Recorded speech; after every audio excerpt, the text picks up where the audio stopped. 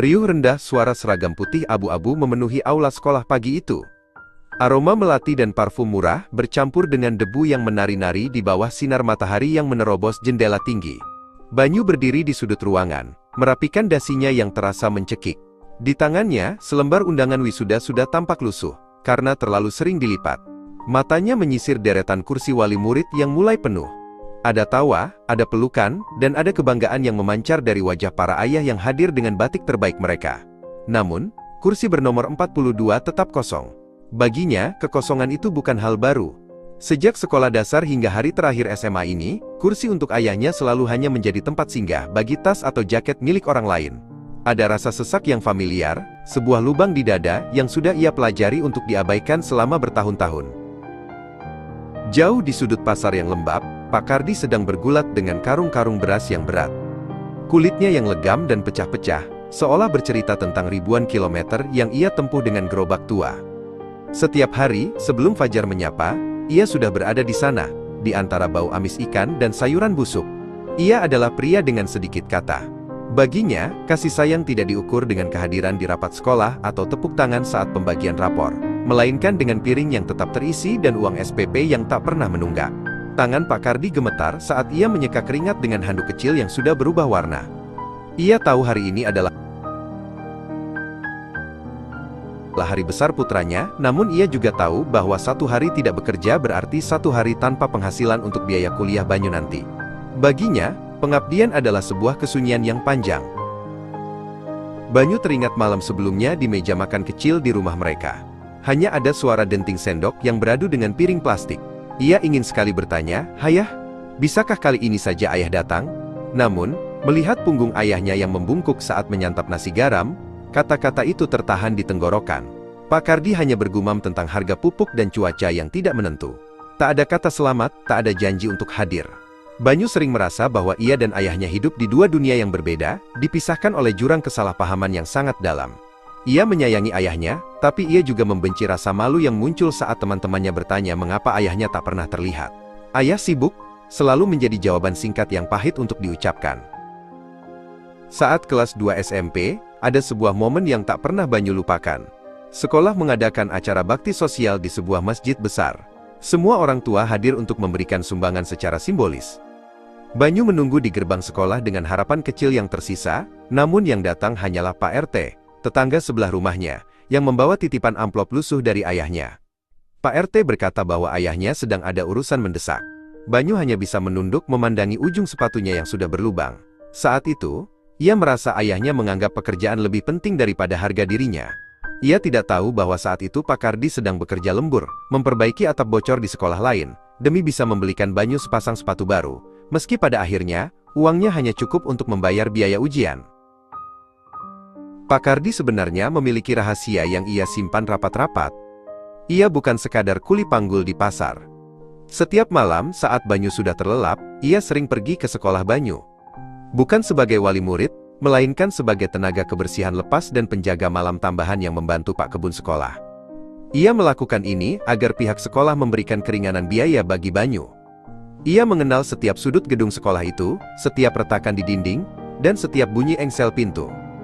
Ia sering membersihkan ruang kelas Banyu, mengusap meja tempat putranya belajar dengan penuh kasih sayang, seolah-olah dengan cara itu ia sedang menyentuh masa depan anaknya.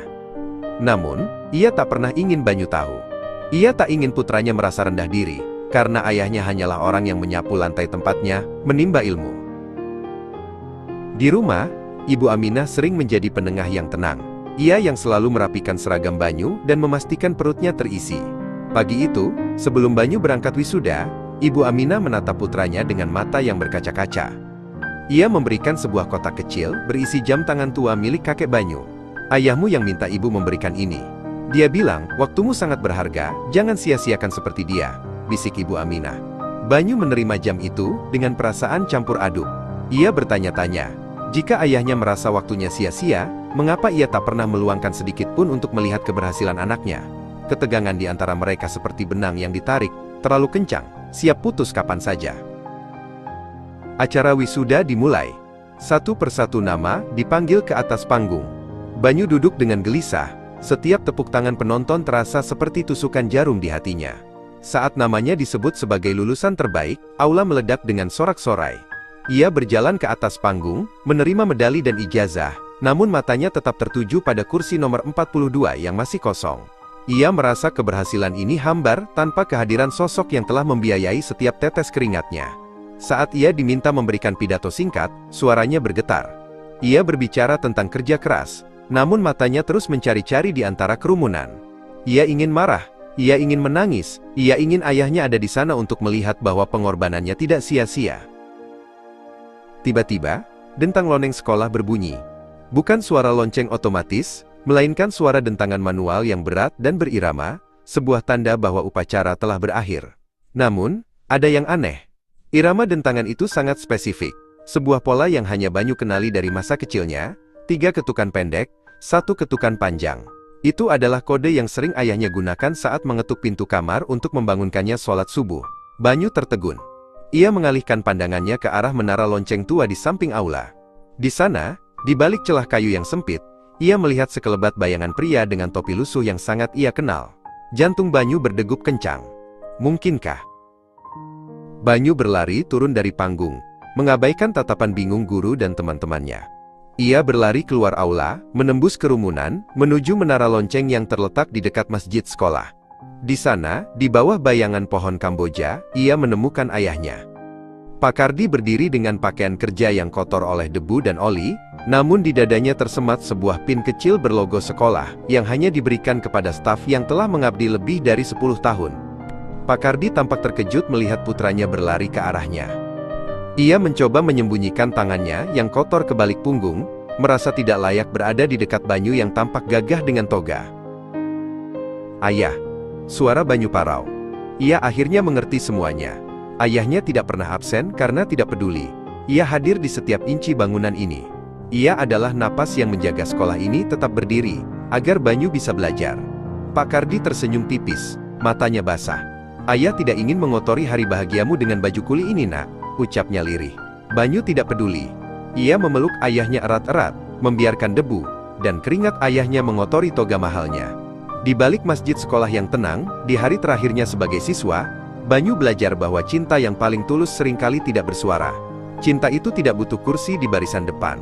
Ia cukup menjadi kekuatan yang memastikan anaknya bisa berdiri tegak di atas panggung kehidupan. Kehadiran tidak selalu tentang raga yang terlihat, tapi tentang jiwa yang selalu menjaga dalam diam.